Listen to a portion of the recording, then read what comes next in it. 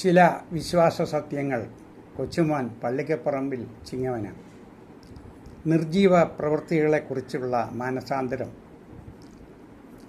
ഇതെന്താണെന്നുള്ളതിനെക്കുറിച്ചാണ് നമ്മുടെ ഇന്നത്തെ പഠന വിഷയം. നിർജീവ പ്രവൃത്തികളെക്കുറിച്ചുള്ള മാനസാന്തരത്തെപ്പറ്റി എബ്രായർ 6:1, എബ്രായർ 9:14 പൗലോസ് പരാമർശിച്ചിരിക്കുന്നത് എന്താണെന്നുള്ളതിനെക്കുറിച്ച് നമുക്ക് ചിന്തിക്കാം. നാം വെച്ചു പുലർത്തുന്ന അന്ധവിശ്വാസങ്ങളെയാണ് നിർജീവ പ്രവൃത്തികളെന്ന് പൗലോസ് ഉദ്ദേശിക്കുന്നത്. ജീവനില്ലാത്തവ അല്ലെങ്കിൽ ചത്തവ എന്നാണ് അതിൻ്റെ അർത്ഥം. നാം അനുകരിക്കുന്ന അനേകം നിർജീവ പ്രവൃത്തികളുണ്ട്. അവയിൽ ചിലതാണ് ശകുനം, മുഹൂർത്തം, ആഭിചാരം, ക്ഷുദ്രക്കാരൻ, മന്ത്രവാദി, ലക്ഷണം പറയുന്നവൻ, വിഗ്രഹ അർപ്പിതം ഭക്ഷിക്കുക, വിധവമാരോട് അവഗണന എന്നിപ്രകാരം ഉള്ള സൃഷ്ടാവിനേക്കാൾ പ്രാധാന്യം മറ്റ് പലതിനും കൊടുക്കുന്നു. ഇവയാണ് നിർജീവ പ്രവൃത്തികൾ എന്ന് പറയുന്നത്. ജാതികൾ പ്രശ്നക്കാരുടെയും മുഹൂർത്തക്കാരുടെയും വാക്കുകൾ കേട്ട് നടക്കുന്നത് പോലെ ക്രിസ്ത്യാനികൾക്ക് ഇത് അനുവദിച്ചിട്ടില്ലാത്തതാകുന്നു. ആവർത്തനം 18:14, ഗലാത്യർ 4:8. നല്ല ശകുനങ്ങൾ ഇവയാണ്: പാല്, വേശ്യാസ്ത്രീ, മണ്ണ്, മദ്യം, പച്ചയിറച്ചി, ശവം, കത്തുന്ന തീയ്, കയറിട്ട കാള ഇവയാണ്. അശുഭശകുനങ്ങളാണ് വിധവ, വിറക്, ചാരം, എണ്ണ, ചൂല്, പോത്ത്.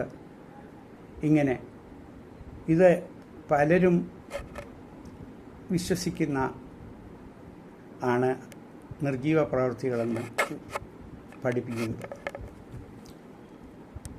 നല്ല ശകുനത്തിൽപ്പെട്ട ഒന്നാണ് വേശ്യാസ്ത്രീ. എന്നാൽ ചീത്ത ശകുനത്തിൽപ്പെട്ട ഒന്നാണ് ചൂല്. നമ്മൾ ഒരു വഴിക്ക് പോകാൻ ഇറങ്ങുമ്പോൾ കാണുന്ന ആദ്യ കാഴ്ച ആണ് ശകുനമെന്ന വാക്കിൻ്റെ അർത്ഥം. ഒരു വേശ്യാസ്ത്രീ ഒരു ചൂല് പിടിച്ച് നിൽക്കുന്നത് കാണുന്ന ആളിന് ഏത് ശകുനമാണ് ഫലം ചെയ്യുന്നത് എന്ന പോലെ അർത്ഥമില്ലാത്ത ഇത്തരം അന്ധവിശ്വാസങ്ങളെ നാം ഉപേക്ഷിക്കേണ്ടതാണ്. അശുഭ ശകുനങ്ങളിൽ പ്രവേശനം വിലക്കിയിരിക്കുന്നതായി പലയിടത്തും കാണുന്നുണ്ട്. ചില പ്രധാന ചടങ്ങുകളിൽ, ഉദാഹരണത്തിന് ഒത്തുകല്യാണത്തിനും മൈലാഞ്ചി ഇടീലിനെ, പ്രസവത്തിന് വിടിയിലിനെ, ജ്യോതിശാസ്ത്രത്തിൽ ഹൈന്ദവരെ അനുവദിച്ചിട്ടില്ലാത്ത ഇതുകൊണ്ട് നാമും ഈ പ്രവണത വെച്ചു പുലർത്തുന്നുണ്ട്. ഹൈന്ദവ മതത്തിൽ ആദ്യകാലം മുതലേ വിധവമാരെ അവഗണിച്ചിരുന്നു. ഭർത്താക്കന്മാരുടെ അകാല മരണത്തിൽ നിർദോഷികളായ ഭാര്യമാർ ചിതയിൽ ചാടി ആത്മാഹൂതി ചെയ്യുന്ന സമ്പ്രദായം നിലവിൽ നിന്നിരുന്നു. ഇതിന് സതി എന്ന പേരിലാണ് അറിയപ്പെട്ടിരുന്നത്. 1829 രാജാറാം മോഹൻ റോയ് സതി എന്ന പൈശാചിക അനാചാരത്തിനെതിരായി പടപൊരുതി പര്യവസാനിപ്പിച്ചു. ബ്രിട്ടീഷുകാരുടെ ഭരണത്തിലെ നേട്ടങ്ങളിൽ ഭാരതത്തിന് ലഭിച്ച ഏറ്റവും വലിയ സംഭാവനയിൽ ഒന്നായിരുന്നു സതി എന്ന ക്രൂരതയ്ക്ക് വിരാമമിട്ട് കിട്ടിയത്. വിധിയുടെ ക്രൂരതയിൽ തളരാതെ വെല്ലുവിളികളെ നേരിട്ട് ജീവിക്കുന്ന ചാരിത്രവതികളായവരെക്കാൾ മറ്റാരാണ് ശ്രേഷ്ഠത അർഹിക്കുന്നത്? അത്രയും പ്രാധാന്യം ഒരു വേശ്യാസ്ത്രീക്ക് കൊടുക്കുന്നത് എന്തിന്? സമൂഹത്തിലെ ദുരിതങ്ങളിലും കഷ്ടതകളിലും ദുഃഖങ്ങളിലും അപവാദങ്ങളിലും പെട്ട് നെടുവീർപ്പിടുന്ന വിധവമാരെ അവഗണിക്കരുത്. പാപമാണ്. യഥാർത്ഥത്തിൽ വിധവയും ഏകാകിയും ആയവൾ ദൈവത്തിന് പ്രത്യാശ വെച്ച് രാപകൽ യാചനയിലും പ്രാർത്ഥനയിലും ഉറ്റിരിക്കുന്നു. എന്നാൽ സുഖഭോഗങ്ങളിൽ ജീവിക്കുന്ന വിധവ ജീവിച്ചിരിക്കുമ്പോൾ തന്നെ ചത്തവളാകുന്നു. വിധവമാരെയും അനാഥരെയും പരദേശിയെയും ദരിദ്രരെയും പീഡിപ്പിക്കരുത്. സഖറിയാവ് 7:10.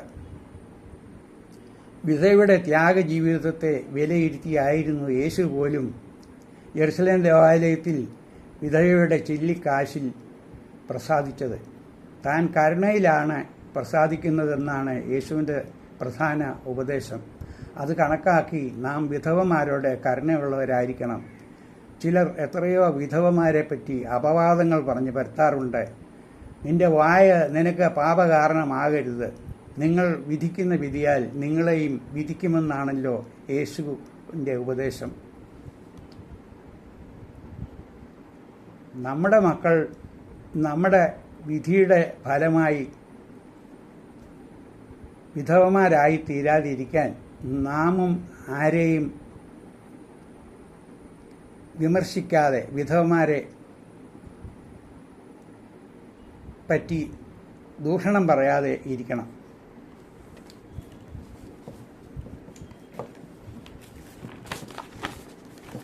ഇനി മറ്റൊരു നിർജീവ പ്രവൃത്തിയാണ് നമ്മുടെ പള്ളിപ്പെരുന്നാളിൻ്റെ റാസ. പെരുന്നാളിൻ്റെ തലേദിവസം ക്രമപ്പെടുത്തിയിരിക്കുന്ന ഒരു പ്രദക്ഷിണമാണ് റാസ. പലരുടെയും അഭിപ്രായത്തിൽ ഇന്ന് 3, 4, 5 കിലോമീറ്റർ ദൂരത്തിലാക്കി തീർത്തിരിക്കുകയാണ്. പൊതുവഴിയിലുള്ള യാത്രക്കാരുടെ ബുദ്ധിമുട്ടും പള്ളിക്ക് ചുറ്റും 3 തവണ നടത്തിയാലും അനുഗ്രഹം നമുക്ക് ലഭിക്കും. ഇത്രയും സമയം ഇതിന് ചെലവഴിച്ച ശേഷം ആബാലവൃദ്ധം വരുന്ന ഇടവക അംഗങ്ങൾ സ്നേഹം പങ്കുവയ്ക്കാനോ ഒന്ന് കൂടിക്കാണാനോ ഉള്ള സമയം നഷ്ടപ്പെടുത്തും. കുട്ടികൾക്ക് ബാൻഡ് മേളയോ ചെണ്ടമേളയോ തുടങ്ങി മാനസികമായ ഒരു ഉല്ലാസം പോലും കിട്ടുവാൻ സാധിക്കുന്നില്ല. 11 മണി വരെ ഇത് നീട്ടി താമസിപ്പിച്ച് പിറ്റേ ദിവസം രാവിലെ 8 മണിക്ക് കുർബാനയ്ക്കും വരേണ്ട ബുദ്ധിമുട്ട് കണക്കാക്കി പള്ളിക്ക് ചുറ്റും ആയി റാസ 2, 3 തവണ നടത്തി പര്യവസാനിപ്പിക്കുന്നതല്ലേ ഉചിതം. പെരുന്നാൾ ഒരു സന്തോഷത്തിൻ്റെ ദിവസമാണ്. അത് ഒരു ദുഃഖവെള്ളിയാഴ്ചയെപ്പോലെ കൊണ്ടാടേണ്ടതല്ല. നന്മ പ്രവൃത്തിയും രോഗികൾക്ക് സഹായവും ചെയ്യുന്നതല്ലേ ഒരു ക്രിസ്ത്യാനിയുടെ പ്രധാന ലക്ഷ്യം. അല്ലാതെ ഈ റാസയുടെ നീളം കൂട്ടിക്കൊണ്ട് ധാരാളം ദൂരം നടക്കുമ്പോൾ പുണ്യവാളൻ സന്തോഷിക്കുകയില്ല. ദീർഘനാളത്തെ ദൂരമുള്ള യാത്രയും രോഗികളും വൃദ്ധരായവർക്കും പങ്കെടുക്കാനാകാത്തതും അവർക്കും മാനസികമായ പ്രയാസം തോന്നിക്കുന്നു. നമ്മുടെ സ്വന്തം മക്കൾ പോലും വെയിലത്തും നട്ടുച്ചയ്ക്ക് കളിക്കുന്നതും മഴ നനഞ്ഞ് നടക്കുന്നതും കാണുമ്പോൾ നാം ശാസിക്കാറില്ലേ അവരെ? അതുപോലെ സ്നേഹവാനായ ദൈവത്തിൻ്റെ ശിഷ്യന്മാരായവർ പോലും നാം ഇത്രമാത്രം കഷ്ടപ്പെട്ട് ഈ ദീർഘദൂരം നടക്കുന്നത് അനുഗ്രഹത്തിനാണെന്ന് ധരിക്കുന്നത് അവർക്കും വ്യസനം ഉണ്ടാക്കുന്ന ഒന്നാണ്. അതിനാൽ റാസയുടെ നീളം പരമാവധി കുറയ്ക്കുകയാണ് എപ്പോഴും നല്ലത്. അപ്പോൾ നമുക്ക് ഇടവക അംഗങ്ങൾക്ക് സന്തോഷിക്കാനൊക്കെ ഉള്ള ഒരു സമയവും കൂടെ നമുക്ക് ലഭിക്കുന്നതാണ്. അടുത്തതായ ഒരു നിർജീവ പ്രവൃത്തിയാണ് നമ്മുടെ വിവാഹ ശുശ്രൂഷയിലുള്ള മിന്നുകെട്ട്. ഹൈന്ദവ ആചാരത്തിൽ നിന്ന് പകർത്തിയെടുത്ത ഒരു നിർജീവ പ്രവൃത്തിയാണ് ഇത്.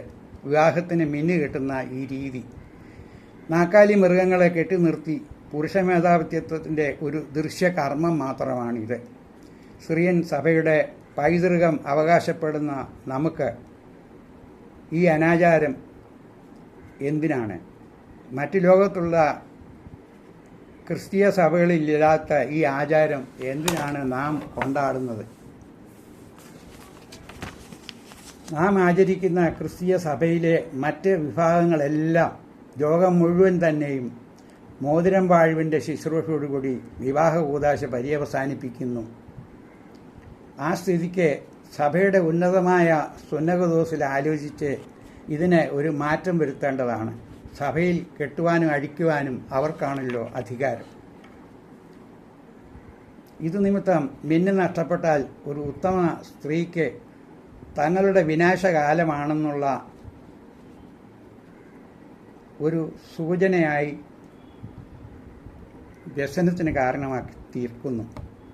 Howling of the dogs are the sign of death എന്ന ഇംഗ്ലീഷ് പഴമൊഴി പോലെ പട്ടി ഓലിയാനിടുമ്പോൾ മരണം വരുമെന്ന പോലെയുള്ള മിന്നു നഷ്ടപ്പെടുമ്പോഴത്തെ ഒരു സ്ത്രീയുടെ മാനസിക ക്ലേശം ഒഴിവാക്കാവുന്നതുമാണല്ലോ. ഇത് യേശു എവിടെങ്കിലും മിന്നിൻ്റെ മഹിമയോ മാഹാത്മ്യമോ ആവശ്യത്തെപ്പറ്റിയോ പരാമർശിച്ചിട്ടില്ലാത്തതും ആകുന്നു. അതിനാൽ ഈ ആചാരം മാറ്റി നമ്മുടെ സ്ത്രീകൾ വാഴ്ത്തിയ മോതിരം കുരിശടയാളത്തോടുകൂടി വാങ്ങി അത് മിന്നിന് പകരം ഉപയോഗിക്കുന്നതാണെങ്കിൽ ഇപ്രകാരം മിന്ന് ഒരു നഷ്ടപ്പെടുന്ന അവസ്ഥ ഉണ്ടായി ഉള്ള ഒരു മനക്ലേശം ഒഴിവാക്കാമല്ലോ. Thank you.